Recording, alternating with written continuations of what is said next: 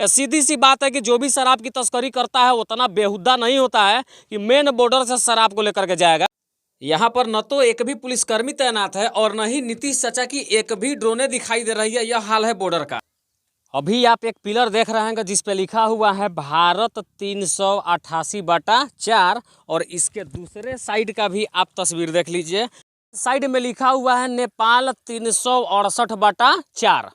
यानी कुल मिलाकर के जो पिलर देखे हैं इसको देख करके आप समझ रहे होंगे कि हम लोग भारत और नेपाल के सीमा के नो मैंस लैंड पे खड़ा हैं। और ये पूरा दूर दूर तक जहाँ तक आपकी नज़र जा रही होगी यह भारत और नेपाल की सीमा का नो मैंस लैंड है। और यहाँ आकर के बिहार सरकार के कुछ कमी वाले कानूनों को दिखाना है और उस नियम को भी नीचा दिखाना है जिससे बिहार का अपमान हो रहा होगा। हम बात कर रहे हैं शराबबंदी की। दूर दूर तक कहीं भी आपको एक भी पुलिस के जवान दिखाई नहीं दे रहे होंगे। और नो मैंस लैंड पे खड़ा होने का मुख्य कारण है कि हाल में बिहार के मुख्यमंत्री हमारे नीतीश चाचा जी ने यह बात कहा है कि आप बचेंगे नहीं, ड्रोन आपकी निगरानी कर रही है। तो मैं कहना चाहता हूं कि जिस जगह पे हम लोग खड़ा हैं या नो मैंस लैंड है, मेन बॉर्डर नहीं है, हालांकि खेत वाले इलाके में हम लोग हैं यहाँ पे मौजूद।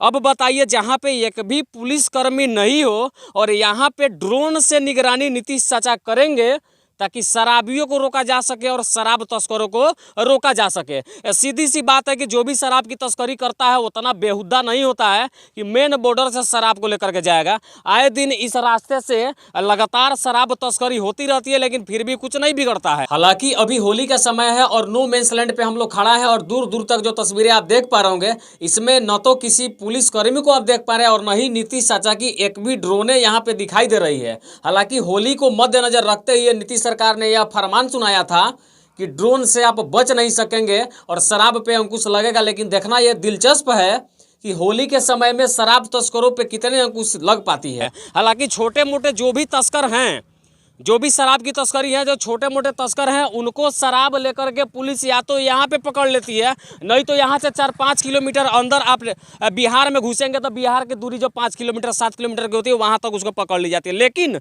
जो भी बड़ा तस्कर है, जो ऊंचे स्तर पर शराब की तस्करी करता है, उसको यहाँ नहीं पकड़ा जा सकता है। इसलिए कि अपने गाड़ी में किसी बड़े बड़े पार्टी का बैनर लगा करके और जोर शोर से शराब की तस्करी करता है और उसकी गाड़ी यहाँ नहीं पकड़ी जाती है, उसकी गाड़ी पकड़ाएगी मोतिहारी में, मुजफ्फरपुर में, नहीं तो बिहार की राजधानी पटना में। आए दिन बहुत सारी खबर आप देखते होंगे कि शराब तस्कर बड़े बड़े कंटेनर से या बड़े बड़े किसी गाड़ियों में लेकर के जाते हैं और वह गाड़ी किसी न किसी नेता का होता है। यहाँ तक कि राजीव प्रताप रूडी जो चर्चे के विषय कुछ दिन बने हुए थे मीडिया में, उनके एम्बुलेंस से शराब को पकड़ी गई थी। अब इससे बड़ा दुर्भाग्य बिहार का कुछ भी नहीं हो सकता है।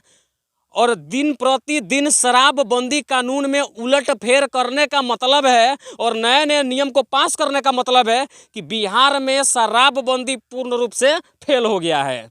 हम यही कहना चाहते हैं कि ड्रोन से कहां कहां पे निगरानी करेंगे और बिहार में शराबबंदी तो सफल होगी नहीं। मैं दावे के साथ यह बात कर रहा हूं और बार बार इस बात को कहता हूं। ऐसा मैं इसलिए कह रहा हूं, हालांकि ये तो इंटरनेशनल बॉर्डर बिहार और नेपाल का है, लेकिन बिहार के चौहद्दी का अगर देखा जाए तो चौहद्दी में जितने सारे हमारे पड़ोसी राज्य हैं उनकी बॉर्डर सील नहीं है। सारी बॉर्डर इस प्रकार से खुली हुई है और जब तक बॉर्डर खुली रहेंगी तब तक कितना भी निगरानी क्यों न लगा लीजिए, शराबबंदी आप सफल नहीं बना सकते हैं और शराब तस्करों पे आप अंकुश नहीं लगा सकते हैं। यह बात मैं दावे के साथ कर रहा हूं।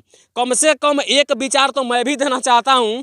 हालांकि नीतीश चाचा को तो सोशल मीडिया से बहुत एलर्जी है, यह बात हमको भी पता है और हमारे सभी सोशल मीडिया पार्टनरों वालों को भी यह बात पता है कि हम लोगों के ऊपर उनकी भरोसा नहीं होती है। उनका मानना है कि हम लोग जो भी खबर दिखाते हैं गलत दिखाते हैं। लेकिन एक बात मैं कहना चाहता हूँ कि ड्रोन से कम निगरानी करवाइएगा तो छोटा तस्कर हो सकता है कि पकड़ा जाएगा, रुक जाएगा। लेकिन अपने टोल नाका पर भी कोई ऐसा स्कैनर लगवाइए कि नेता या किसी भी शराब तस्कर के बड़े गाड़ी को स्कैन करे और तुरंत टी करके कोई इन्फॉर्मेशन दे कि इस गाड़ी में शराब है। ऐसा करिए तब जाकर के कुछ होगा, नहीं तो कुछ होने वाला है नहीं। ऐसे भी बिहार में शराबबंदी मजाक बनते जा रहा है। दिन प्रतिदिन जितना ही इस पर अंकुश लगाने का प्रयास किया जा रहा है उतना ही ज़्यादा इसमें बढ़ोतरी हो रहा है। हालांकि हम लोग इंटरनेशनल बॉर्डर पर मौजूद हैं, यहाँ से शराब तस्करी तो होती ही है, लेकिन हाल में आप सुने होंगे कि नीतीश चाचा के अपने गांव यानी नालंदा जिले में भी कम से कम 25-30 व्यक्ति जहरीली शराब की वजह से मर गए थे। काफ़ी कोहराम चला था वहाँ पे, काफ़ी नीतीश चाचा के बारे में लोग आलोचना भी कर रहे थे कि उनके अपने गांव में जब शराबबंदी सफल नहीं है तो पूरे बिहार में शराबबंदी कैसे सफल हो सकती है। कम से कम जाते जाते मैं यह बात कहना चाहता हूँ कि इंटरनेशनल बॉर्डर से हम लोग को खबर दिखाने का मतलब है कि कम से कम अपना विचार बदलिए, और विचार बदल करके शराबबंदी, हालांकि कई राज्यों में इससे पहले भी हुए हैं, अगर शराबबंदी उतना ही फायदेमंद है और बिहार में शराबबंदी जब किया गया है तो हमारे पड़ोसी राज्य के मुख्यमंत्री योगी आदित्यनाथ जी भी अगर समझते कि शराबबंदी से कुछ हो सकता है तो उनको भी शराब बंद कर लेना चाहिए था। और उससे भी बड़ा बात, हमारे यशस्वी प्रधानमंत्री श्री नरेंद्र मोदी जी को भी लगता कि शराबबंदी से हम कुछ बच रहे हैं तो उनको देश लेवल पर भी शराबबंदी करना चाहिए था। लेकिन उन लोग को पता है कि जैसे ही शराबबंदी पूरे देश लेवल पर की जाएगी तो देश 0 सन्नाटा के चक्कर में चला जाएगा और हमारा विकास 0 सन्नाटा हो जाएगा। लेकिन यह बात नीतीश चाचा को समझ में नहीं आ रहा है और आए दिन शराब की जितनी बातें कही गई, हम लोगों ने कई खबर दिखाया, तीनकोनी विद्यालय का भी खबर दिखाया था कि वहाँ पे शराब की बोतलें विद्यालय से पकड़ी जाती है, विद्यालय में शराब की बोतलें मिलती है। आए दिन कोई भी ऐसा जगह नहीं है बिहार का जहाँ पे शराब नहीं मिलता हो। तो शराबबंदी केवल कागजों में है जिसका कोई फायदा नहीं है। हालांकि पीने वाले तो अभी शराब पी रहे हैं, पहले भी पीते थे जब चालू था, लेकिन बंदी के बाद भी लोग जोर से शराब पी रहे हैं और ज़्यादा पी रहे हैं, लेकिन उसका फ़ायदा हमको नहीं मिलता है और उसका फ़ायदा हमारे पड़ोसी देश नेपाल को चला जाता है।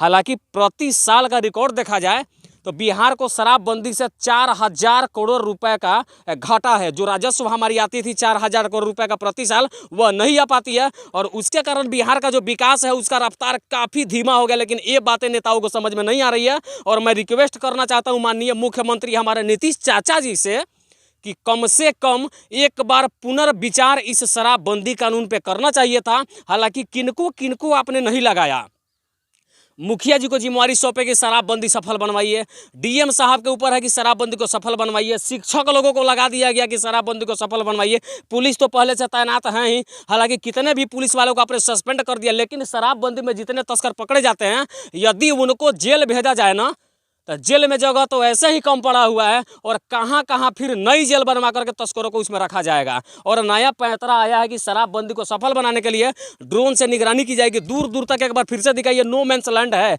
यहाँ पे आम व्यक्ति के अलावा कोई भी पुलिसकर्मी नहीं दिख रहा है। तो ऐसे में शराबबंदी कैसे सफल हो सकता है। और शराब की तस्करी करने वाले मेन बॉर्डर से जाते नहीं है, लेकिन इस बॉर्डर से जो नो मैंस लैंड का क्षेत्र है, ये खेत देखिए जिसको आप जिसमें गेहूँ लगा हुआ है, यह नेपाल का खेत है और इस साइड में जो खेत आप देख रहे हैं यह बिहार का खेत है। यदि यहाँ से यहाँ शराब पुगाने में कितना समय लगेगा और कितनी परेशानी होगी उसको साफ तौर पे आप भी जानते हैं। और ऐसे में शराबबंदी सफल हो रहा है कि नहीं हो रहा है, अपना विचार आप कमेंट बॉक्स में ज़रूर रखिएगा। और जाते जाते आखिरी बात कि नीतीश चाचा जी कम से कम एक बार फिर से शराबबंदी पे आप पुनर्विचार करिए और इस शराबबंदी में कुछ नया चेंजिंग करिए और इसको इस तरह से बनाइए ताकि बिहार में जो भी बिगड़ी हुई व्यवस्था और हमारा राजस्व है वापस आए। और शराबबंदी को सफल बनाने का सपना छोड़ दीजिए, अपने जीत को छोड़ दीजिए और कम से कम बिहार के विकास के बारे में सोचिए, यहाँ के बच्चों के भविष्य के बारे में सोचिए और हमारी जो विकास की रफ्तार धीमी हो गई है उसको आगे बढ़ाने का